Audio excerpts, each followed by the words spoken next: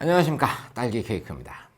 오늘은 레드 카메라에 대해서 말씀을 드리려고 해요. 제가 사실 이 레드라는 카메라를 사용하기 시작한 게 2년이 넘은 것 같은데, 그런데 이 카메라에 대해서 말씀을 드려본 적이 별로 없는 것 같아요.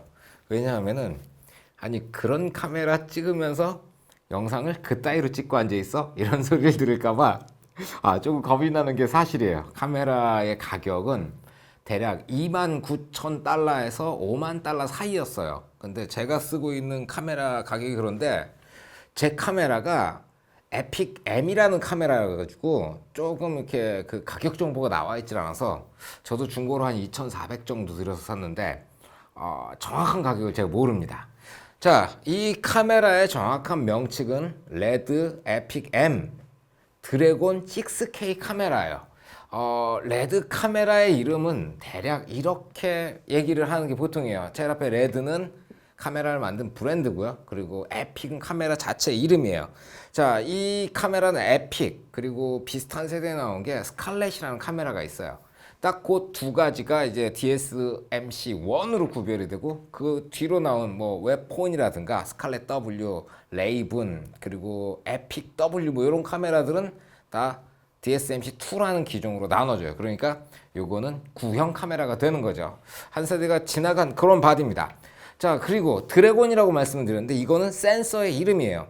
제일 먼저 나왔던 센서가 미스테리움 X라는 센서예요. 제가 그 앞 카메라, 그러니까 뭐 레드 1이라고 부르는 카메라가 있는데 그 카메라는 다뤄본 적이 없어가지고 어떤 센서인지 정확하게 모르겠고, 미스테리움 X 센서 다음에 이 드래곤 센서가 나와요. 그리고 이 드래곤 센서를 채용한 게 이 녀석하고 스칼렛 드래곤이 있던가요? 그건 저도 정확하게 모르겠고, 그리고 웹폰이 드래곤이 있고, 그리고 레이븐도 드래곤 센서고요. 그리고 저거 스칼렛 W도 드래곤 센서예요.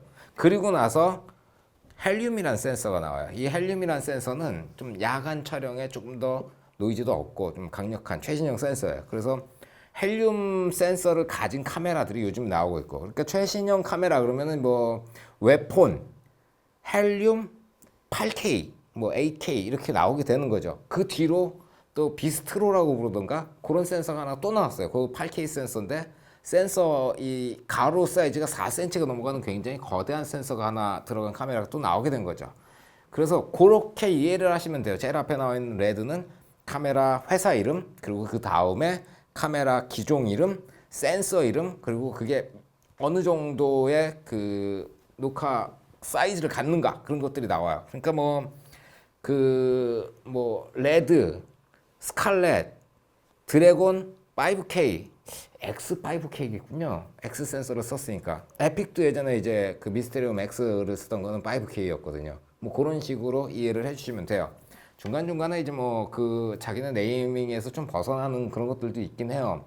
그러니까 저 웹폰, 드래곤 8K 이런 센서들은 드래곤 센서인데도 불구하고 사이즈가 상당히 커가지고 아무 렌즈나 다 안 들어가고 막 그 가려먹는 그런 애들도 있었어요. 그러니까 그 룰에서 벗어나는 것은 있지만 그래도 대충 그렇게 이해하시면 될 것 같아요.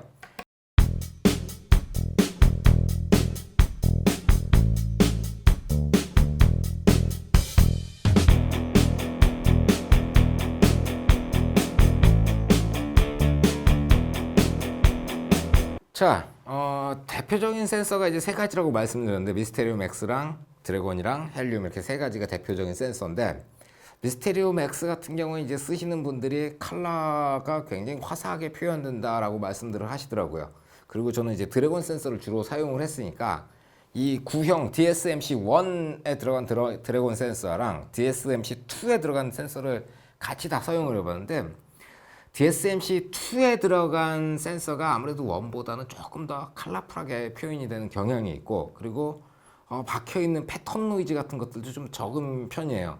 그리고 이 패턴 노이즈라는 게 어두운 데를 딱 찍으면 위치에 관계없이 딱 고정된 노이즈들이 있는데, 그런 것들도 안에서 이제 캘리브레이션을 통해 가지고 없애는 그런 방법들도 있고, 그리고 웨폰 센서는 이렇게 올라온 데이터들, 그러니까 이미지나 영상을 이렇게 보고 있으면은 상당히 어두운 곳 촬영에서 노이즈가 적은 특징들이 있더라고요. 자, 이제는 그 센서라든가 이런 거 특징에 대해서는 대충 말씀을 드렸으니까 카메라 바디를 보면서 어떤 구성 요소들을 갖고 있는지 한번 설명을 해드릴게요. 자, 제일 앞으로는 이제 앙제뉴 3090 T2 렌즈를 꽂아놨어요. 제가 이 카메라의 자체에 붙어 있는 렌즈 마운트를 캐논으로 바꿨어요. 처음에 나왔을 때는 PL 마운트가 달라붙어 있었는데 $700 주고 이제 캐논 마운트를 사가지고 붙여놓은 거예요. 근데 이 카메라는 PL 그리고 PL 티타늄 거기에다가 그 모션 마운트, PL 모션. 이거 너무 복잡하죠? 그러니까 PL 마운트가 좀 있고 그리고 캐논 마운트가 있고 캐논 EOS 마운트죠. 그리고 니콘 마운트 거기에 라이카 마운트가 있어요. 라이카 M 마운트가 있는데 라이카 같은 경우에는 35mm인가 그거보다 이제 와이드로 가게 되면은 렌즈 뒷단이 뒤로 쫙 빠져나오니까 이 안에 있는 OLPF라고 부르는 필터에 가서 달라붙어 가지고 완전 풀 와이드는 못 쓰고 그러니까 울트라 와이드 말고 그냥 준 와이드 정도까지 사용할 수가 있더라고요. 어쨌든 다 사용할 수 있는 건 세 가지예요. PL, 캐논, 니콘 이렇게 사용할 수가 있고 그리고 렌즈 퀄리티 이것도 상당히 커요. 좀 저렴한 바디들 같은 경우에는 좋은 렌즈를 써도 화질이 올라가는 데는 그 바디 자체 한계가 있으니까 올라가 딱 부딪히는데 이거 같은 경우에는 그 한계가 굉장히 높아요.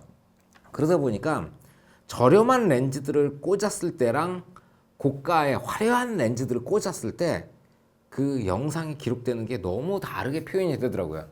저 같은 경우에도 이 앙제뉴를 써보기 전까지 써봤던 렌즈들이 그 뭐 CP2 같은 저렴한 컴팩트 프라임 2라든가 아니면은 저기 슈나이더의 FF 프라임이라든가 뭐 도키나에서 나온 시네마 렌즈라든가 시그마에서 나온 시네마는 안 써봤어요. 별로 써보고 싶지가 않더라고요. 어쨌든 그 정도 한 600만 원대 프라임 렌즈들, 그러니까 단 렌즈들, 뭐 줌 렌즈들 이렇게 써봤는데 그런 것들을 쓰면서 그렇게 크게 만족이 안 됐었는데 한 계단 정도 올라가고 나니까 그제서야 카메라가 제대로 보이기 시작하더라고요. 그러니까 바디 선언이라고 돈 다 날렸는데 렌즈를 살 생각을 하니까 눈앞이 깜깜해지는 거죠. 자, 그리고 렌즈만큼 이렇게 중요한 게 밑에 받치고 있는 렌즈 서포트라든가 아니면 이 팔로우 포커스. 이 팔로우는 되게 싼 거예요. 한 10만 원 정도 하는 건데 제가 팔로우 포커스를 놓고 와가지고 여기 있던 팔로우를 하나 대충 갖다 꽂아놨어요. 그러니까 팔로우라든가 그 뒤로 있는 뭐 이 로드 그리고 밑에 있는 베이스 위에 뒤집어 씌워놓은 뭐 손잡이라든가 뚜껑 같은 것들 이런 것들이 전부 다 별도로 구입하는 것들이에요. 이 바닥에 깔아놓은 것만 36만 원 정도 하고요.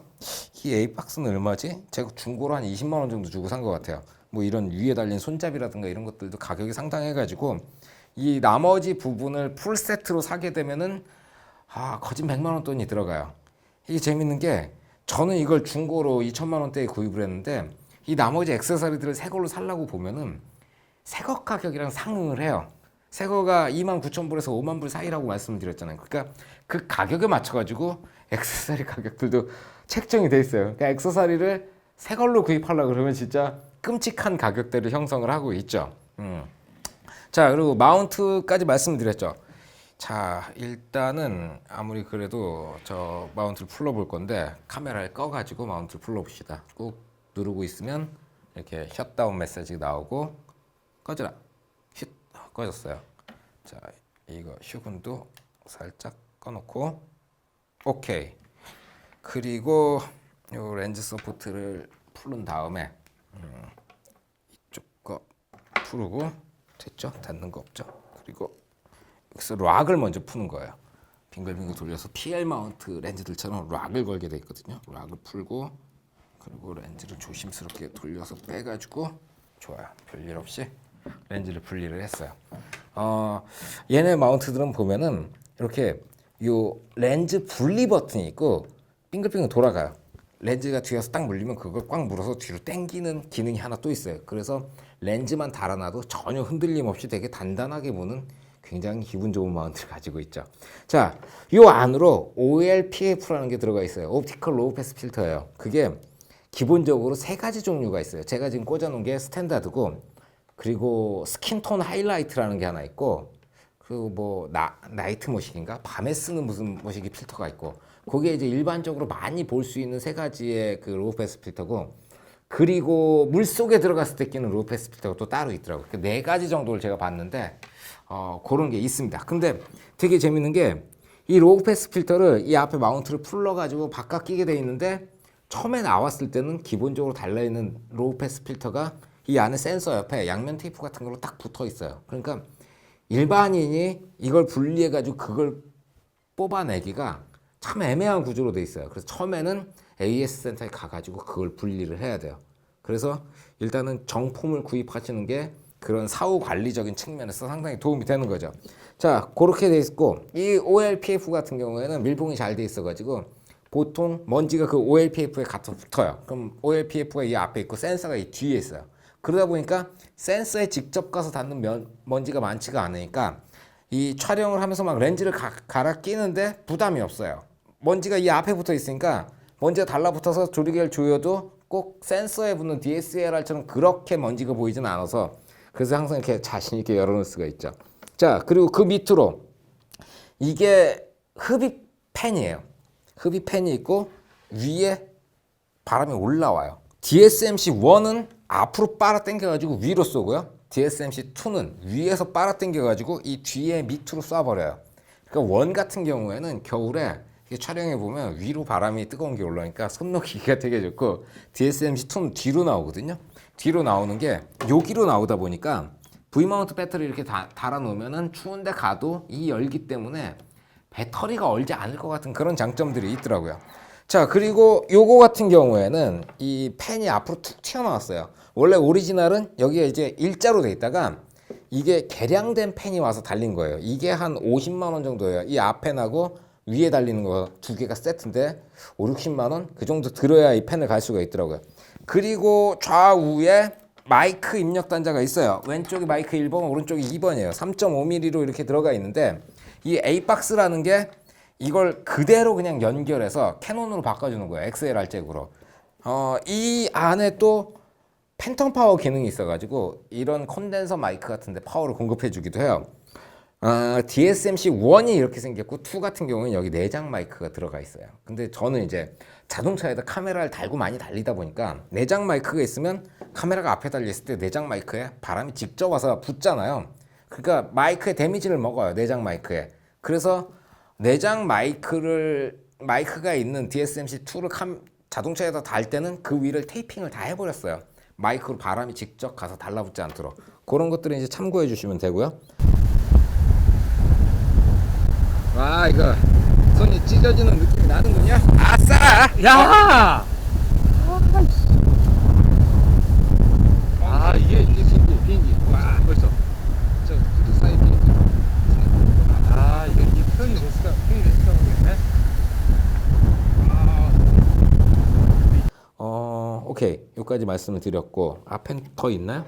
그리고 이쪽에 레코드 버튼 있고 유저 버튼 2개 그리고 이 EVF LCD 그 모니터를 연결하는 그 잭 꼽는 데가 하나 있어요. 자, 그리고 이제 이쪽으로 넘어왔어요. 이걸 이렇게 돌려서 왼쪽이라고 말씀드려야 될까요? 카메라의 왼쪽에는 이 메모리 카드 모듈이 달라붙어 있는 거예요. 여기 보면 육각에는 별이군요. 이거 별을 띄면은 이 옆덩어리가 이렇게 분리가 돼요. 저 같은 경우에는 이거 레드 전용 메모리 카드인데 이게 그냥 레드맥이에요. 레드맥 1.8 그리고 조금 작은 미니맥이라는 메모리 카드가 요즘에 사용이 돼요. 이 안을 열어보시면 이거 같은 경우에는 마이크로 SSD가 들어가 있고요. 미니맥을 까보면은 M.2 SSD가 들어가 있어요. 이것도 띄어내가지고 미니맥을 사용하는 걸 바꿔 낄 수가 있고 제가 이 256기가짜리 미니맥 같은 경우에는 이베이에서 한 70만 원 정도 해요. 그래서 열어봤어요. 보니까 마이크로 SSD 들어있다고 말씀드렸잖아요. 갈아 끼워 보려고 IBM 걸 구해가지고 여기다 딱 꽂아서 여기 딱 꽂았거든요. 카메라 안에서 정확하게 IBM이라고 인식하면서 용량까지 딱 나오더라고요. 360기가 딱 떴는데 녹화 버튼이 안 눌러요. 그거는 미니맥을 가지고 M.2를 구해서 해봤는데 그것도 안 돼요. 그러니까 이 안에 들어있는 그 SSD를 롱 플러싱을 해가지고 안 되도록 만들어 놨더라고요. 그래서 그걸 뚫고 지니맥이라고 부르는 그 브랜드에서 이걸 만들었어요. 이 큰 것 말고 미니맥을 만든 거예요. 조그만 거, 새로 쓰고 있는 거. 근데 가격이 그런 거 같은 경우에는 미니맥 오리지널의 절반 가격 정도 돼요. 미니맥 오리지널이 128기가가 한 8, 90만 원 했던 것 같아요. 128기가 SSD 그냥 사면은 한 10만 원 근처에서 왔다 갔다 거리는데 거짓 막 1테라 막 이렇게 가면 10배 정도 차이가 나더라고요. 10배까지는 아니고 한 8배? 그리고 지니맥이라고 부르는 그 카피품을 사게 되면은 한 4배 정도 더 비쌀 거예요. 이 일반 SSD 가격에. 아, 레드가 메모리 장사를 너무 열심히 하고 있는 것 같아요. 메모리만 보면 짜증이 나는 거예요. 이 화가 나고, 아니 별거 아닌 거를 자기들끼리 이렇게 락을 걸어가지고 되게 비싸게 팔고 있다는 거죠. 저도 이걸 하나를 더 사야 돼요. 촬영을 좀 원활하게 하려면. 자, 그래서 이 메모리 같은 경우엔 모듈도 바뀌고 이것도 바꿔킬 수 있다. 그렇게 말씀을 드렸는데 문제는 꼭 레드에서 롬 프로싱을 해놨기 때문에 다른 데 메모리를 갖다 꽂아서는 작동을 안 한다. 그렇게 말씀을 드렸습니다. 자, 그리고 뒤로 빙글빙글 돌고 있군요. 뒤에는 파워레인지가 130W짜리 이렇게 꽂아놨는데 요거 하나 꽂아놓으면은 한 1시간 40분에서 2시간 사이로 촬영을 할 수가 있어요. 그래서 요 옆에 지금 그 D탭을 뽑아가지고 아토모스랑 연결을 해놨고, 그리고는 요 V마운트를 공급하는 거, V마운트를 꽂아가지고 레모 잭으로 해서 파워를 공급을 해줘요. 보통 요걸 띄어내고 위아래 거 띄어낸 요걸 보고 브레인이라고 부르거든요. 바디가 아니고 얘는 브레인이라고 불러요, 레드에서는. 그리고 요 브레인 뒤로 필요한 만큼 막 이것저것을 막 갖다 붙일 수가 있어요. 뭐 이 레드에서 나오는 레드 볼트라고 부르는 배터리 같은 것들, 그런 거 달라붙거나 아니면 뭐 중계할 때 쓰는 중계방송 전용 뭐 그런 그 출력 장치들이 막 바리바리 달려붙어 있는 그런 걸 쓰기도 하고요. 그 레드 볼트 같은 경우에는 이런 V마운트 일반이랑 다른 게, 저는 이걸 꽂으면 배터리가 지금 몇 볼트인가를 표시를 해줘요. 그런데 레드 전용 볼트를 꽂으면 몇 볼트? 그리고 한번 딱 누르면 그게 몇 퍼센트 남았는지도 표시를 해주더라고요. 그런데 일반 이런 배터리를 꽂으면 거기까지는 표시를 안 해주는 그런 장단점이 있습니다. 이게 좀 저렴하고 구하기도 쉽죠. 자, 그리고 밑으로는 이제 출력 단자들이 있는 거예요. 요 밑으로 제일 오른쪽에 이제 파워 들어가는 구멍이 있고, 그리고 헤드폰, 싱크, SDI에 HDMI 뭐 이런 것들이 있어요. 이런 건 저도 뭐 다 쓰는 기능이 아니니까 잘 모릅니다. 됐습니다. 여기까지 했고, 자, 다시 장착.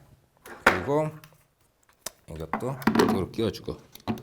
사실 이게 뭐 되게 커가지고 좀 무서워하시는 분들이 있는데, 이 브레인만 따로 띄워놓으면은 되게 가벼워요. 겁내실 필요가 없습니다.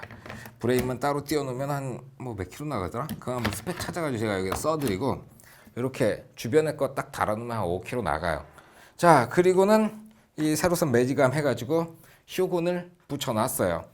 이쪽에 별다른 기능이 없는데 여기 파워를 켜고 끄는 버튼이 있어요.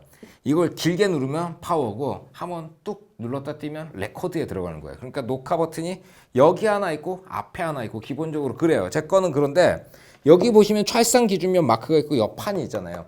이게 떨어져요. 이게 떨어지면 손잡이를 갖다 붙일 수가 있는데 여기에 뭐 사진하고 영상을 바꾸는 버튼도 있고, 그래서 그걸 딱 붙여가지고 셔터를 딱 누르면 철컥이 아니고 그냥 띡 하면서 사진이 찍혀요. 그 오른쪽 손잡이엔 또 조그마한 배터리도 들어가는데 저는 이걸로 사진 찍을 생각도 별로 없고, 그걸 붙여놓으면은 그것도 가격이 좀 나가거든요. 별로 쓸모가 없을 것 같아가지고 그거는 생략을 했습니다. 나중에 또 필요하다고 생각되면은 그걸 갖다 낄 수도 있고, 요 판 띄어내고 납작한 상태로 다이얼 달려있고 십자 방향키 붙어있고 해서 여기서 그냥 이 납작하게 조절할 수 있는 장치들도 있고, 생각보다 이것저것 되게 많이 달 수가 있는 거죠. 그런데 그걸 새 걸로 사기가 힘들고 중고로 다 구입해야 된다는 그런 단점들이 있는 거죠. 자, 외부 기능은 이 정도. 이 뭐 마이크라든가 모니터라든가 뭐 이런 것들, 이런 거 뭐 딱히 설명 안 드려도 될 것 같고요. 이게 내장 마이크가 없으니까 이렇게 외부 마이크라도 하나 달아놔야 이제 주변 음이라도 수음을 해가지고 뭐 나중에 그 이 타임 코드로 싱크를 시키는 게 아니고 사운드를 싱크를 시켜야 될 경우는 그럴 때 사용하고 그래요. 자, 다시 렌즈를 꽂아 놓읍시다. 아무리 먼지가 안 붙어도 그래도 좀 불안하잖아요.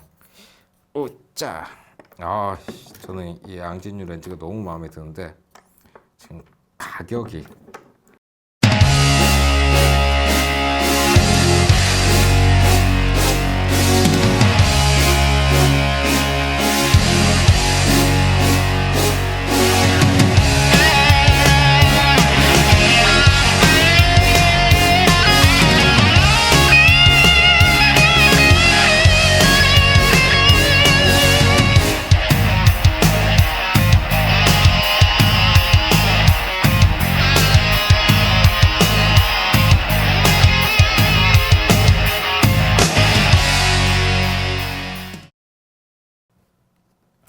자, 외형까지 말씀을 드렸고 다음은 뭘 말씀을 드려볼까요? 파일 포맷에 대한 거.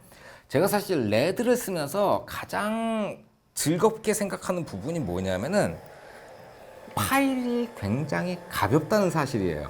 저 같은 경우에 이제 구형 메모리를 사용한다고 말씀을 드렸잖아요. 이게 6K 24프레임에서 5대1 압축까지 올라갈 수가 있어요. 그게 최고로 파일을 크게 쓰는 거고, 그리고 가장 작게 막 꾹꾹 눌러서 압축하면은 22대1 압축까지 들어가게 돼요. 신형 같은 경우에는 6K 그 24프레임에서 4대1 압축까지 들어가게 돼요. 그게 22대1 압축 들어가면은 그냥 주변에서 흔히 볼 수 있는 노트북 같은 거 있죠. 그런 걸로 편집을 해도 딱히 프록시를 만들지 않아도 수월하게 편집할 만큼 파일이 가벼워요. 얘가 제일 가벼워요. 제가 이거 사기 전에 레이븐 썼었고, 레이븐 전에 이제 그 소니 FS7을 썼는데, 소니 FS7 쓸 때 6코어 CPU에다가 램을 64기가를 썼어요. 그런데 그걸로도 컴퓨터가 버벅이는 거예요. 그래서 컴퓨터를 업그레이드를 해야 되나라고 고민하던 차에 카메라를 업그레이드 했는데 파일이 너무 가벼운 거예요. 사실 소니도 굉장히 진보한 파일 시스템을 가지고 있잖아요. 파일 포맷. 그리고 그거보다 더 멍청한 게 MOV죠. 그게 GH5라든가 캐논 같은 데서 쓰는 것들. 그런 것들은 쓸데없이 용량이 너무 커가지고 편집 컴퓨터를 좀 슈퍼컴퓨터까지 만들어야 돼요. 얘는 그냥 주변에 흔히 볼 수 있는 아무 컴퓨터에나 집어던져도 파일을 가지고 작업하실 수 있을 만큼 파일이 가벼워요. RAW를 압축하는 방식인 거죠. 그것 때문에 소니하고 레드하고 아마 소송이 붙었던 얘기를 제가 한 1, 2년 전쯤에 들었었는데 지금 그게 어떻게 끝났는지 모르겠어요. 그 소니에서 파일 개발한 사람을 레드로 데리고 갔다는 말도 있고, 레드에서 한 사람이 소니로 갔다는 말도 있고, 뭐 그래가지고 어쨌든 레드를 사시면 깜짝 놀라게 되는 게 파일이 굉장히 가볍다는 점에 있어가지고 굉장히 놀라게 되실 거예요.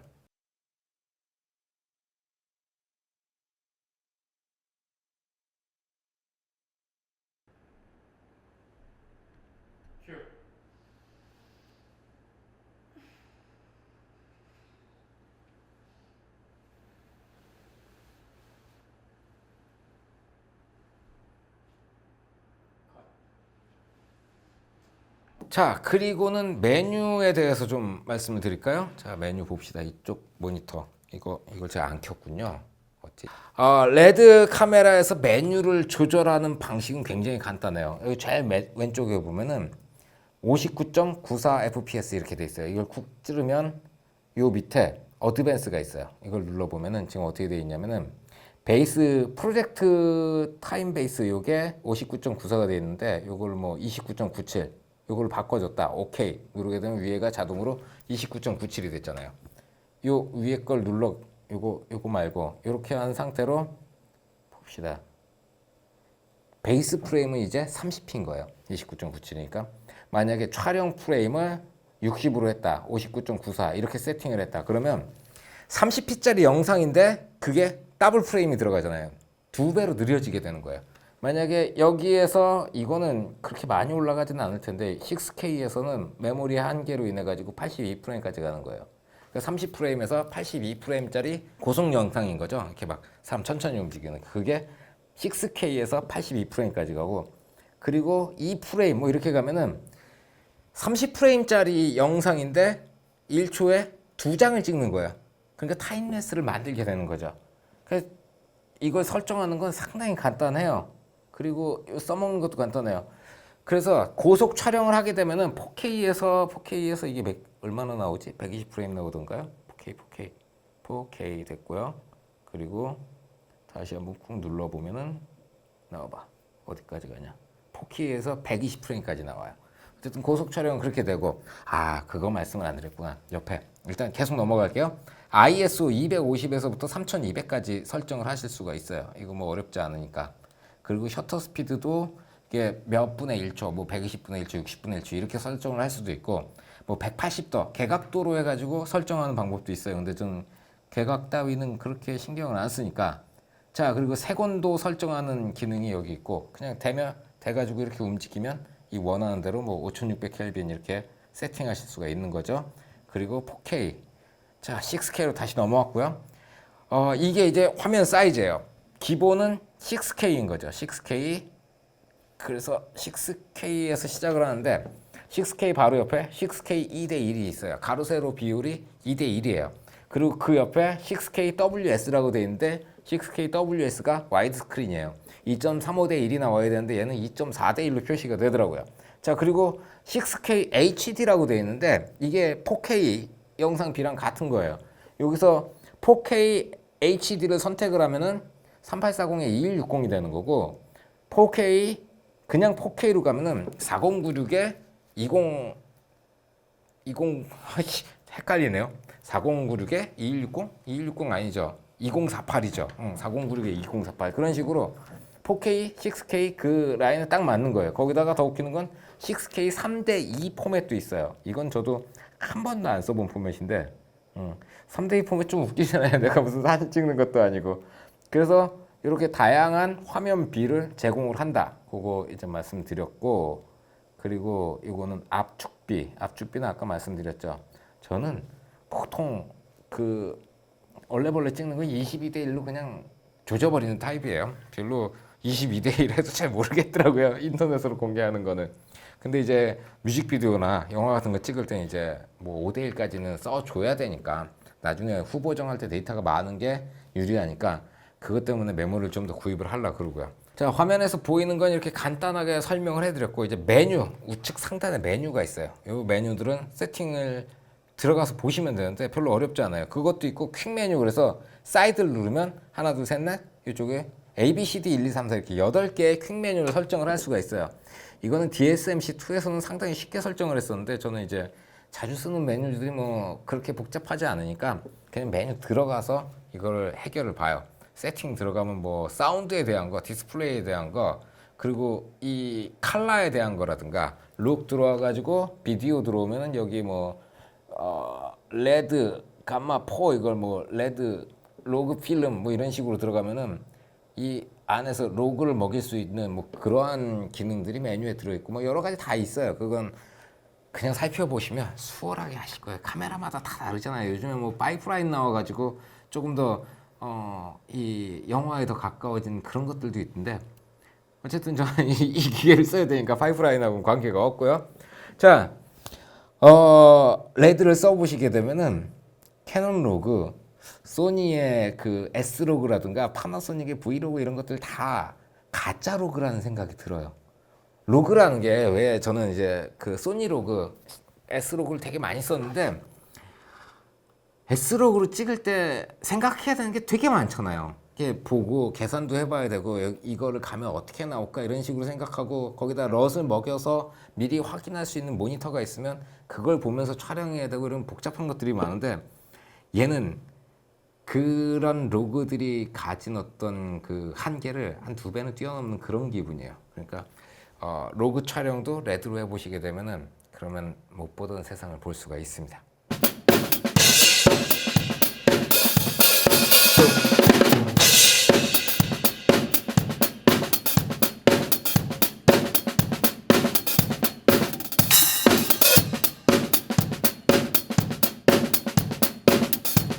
자, 지금까지 뭐 대략적으로 카메라의 특징이라든가 이런 걸 대략 보여드렸어요. 저희 자세히 보여드리기에는 좀 시간도 부족하고 이런 화면 같은 것들도 보셔야 되는데 근데 카메라를 사시게 되면 카메라 자체가 과히 어렵지가 않아요. 적응하는데 그렇게 시간이 필요 없어요. 굉장히 직관적이어가지고 DSLR을 쓰셨던 분들은 이거 보면은 뭐 이 모양 이 꼴이야 겨우 이거밖에 없어 라고 말씀을 하실 텐데 그게 사실은 전체인 거니까요. DSLR이 조금 더 복잡합니다. 이런 것보다. 자, 이제는 뭐 화질이라든가 이런 거에 대해서 말씀을 드려볼 텐데, 사실 이제 시네마 카메라 그러면은 레드 아니면은 R이밖에 없어요. 알렉사. 그거밖에 없어요. 레드 같은 경우에는 굉장히 확장성이 크고, 그리고 어떤 그 뭐랄까요? 좀 일반적인 경우에 사용하기가 수월하고, R이는 이제 영화 전용이라고 보시면 돼요. R이 같은 경우는 저도 정확하게 다 이제 파악하고 있는 건 아닌데 대부분 로그 촬영을 하게 되니까. 근데 얘 같은 경우에 뭐 렉 709라든가 BT2020이라든가 여러 가지 이제 컬러 스페이스를 지원을 하고 이 자체적으로 굉장히 다양해요. 그런데 R이는 그쪽으로 특화가 돼 있다는 생각이 드는 거예요. R이로 찍은 영상을 보면은 굉장히 필름 라이크, 딱 그 단어가 떠오르는 거예요. 너무 필름 같다는 생각이 들고, 레드로 찍은 영상들 같은 경우는 여기저기 뭘 변화를 시키거나 적용을 시키거나 이런 거에 있어 가지고 너무 수월하다라고 말씀을 드릴 수가 있는 거죠. 그러니까 일장일단이 있는 거고, 어느 쪽으로 가시든지 그 카메라에 맞춰서 발전을 하게 되는 거예요. 저 같은 경우에는 얼마 전까지만 해도, 얼마 전이라기보다는 몇 달 전까지만 해도 R이 카메라를 써보고 싶다는 생각을 했어요. 그 필름 라이크한 그 느낌이 너무 마음에 들어가지고. 그런데 지금 이렇게 좀 고급 렌즈 꽂아보고 이것저것 활용하다 보니까 R이를 써서는 안 되겠다. 그 카메라는 이제 빠이빠이 하게 되는 거죠. 저는 이제 4K로 많이 내보내게 되는데, 이게 6K잖아요. 6K로 찍어가지고 확대한 다음에 이렇게 긁어버리는 거. 다 편집단에서 해결하거든요. 그걸 싸구려 트라이포드로 이렇게 돌리려고 그러면 손이 부들부들 떨리거든요. 그런 것들 하나하나가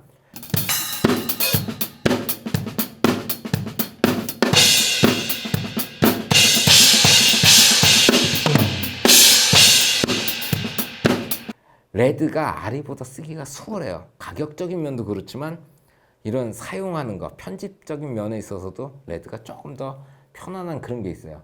뭐 컬러 톤의 차이는 카메라의 개성이니까 뭐 그 정도라고 생각하면 될 것 같아요. 자, 이제 정리를 좀 해야 되겠네요. 레드 카메라를 사실 때는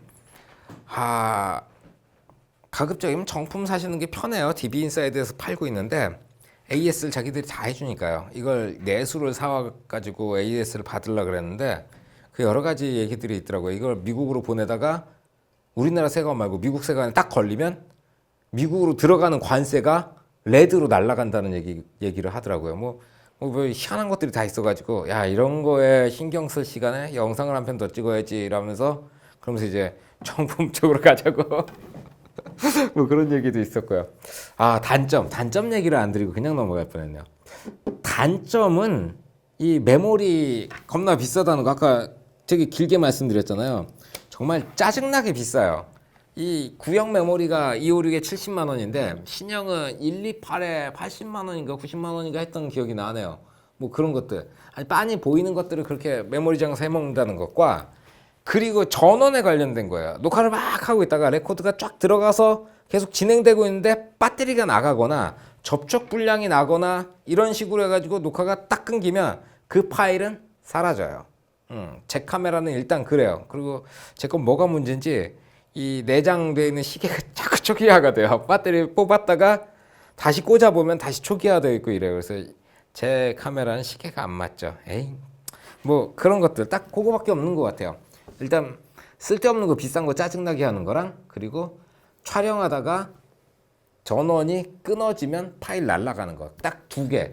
파일 날아가는 거 좀 치명적인 것 같아요. 안에 내장 배터리가 원래 있을까요? 있어야지 그런 거 마무리 해주나? 근데 제 거는 뭐가 안 돼가지고 그런 식으로 날아가고, 뭐 그런 거 있습니다. 뭐 너무 오래 써가지고 할 말이 많은데 두서없이 이렇게 중얼중얼 거리니까 되게 힘드네요. 또 다른 단점이 있구나. 제가 오늘 이렇게 레드 카메라 리뷰를 찍게 된 게, 뭐 이렇게 레드를 소개시켜 드리는 것도 있지만 한 2년 동안 레드를 찍었다 그랬잖아요. 진짜 아껴가지고 딱 필요한 것들만 저장을 하는데 한 달에 하나씩 하드디스크 날아가는 거예요. 하드가 하나씩 쌓여요. 그렇다고 이 하드디스크라는 게 전원을 아예 안 공급해주면 또 죽어버리고, 어제 4테라짜리 하드 하나 또 죽었더라고요. 그 안에 뭐 들어있는지도 모르는데 파일이 커가지고 그 하드 열어가지고 조그만한 파일 하나 지우면 막 200기가씩 지워주고 막 이래요. 이게 256기가잖아요. 잠깐 나가서 찍고 들어왔는데 메모리가 꽉 차 있다. 그러면 250기가인 거예요. 진짜 끔찍하게 날아가요. 그런데 그걸로 인해 가지고 화질을 그 뭐랄까요 보장을 받으니까 그런 면에 있어서는 뭐 이만한 카메라 없다는 생각도 들고 뭐 이래저래 복잡하고 카메라가 비싸서 렌즈를 못 사는 제 입장에서는 또 비싼 카메라 값도 조금 문제가 되죠.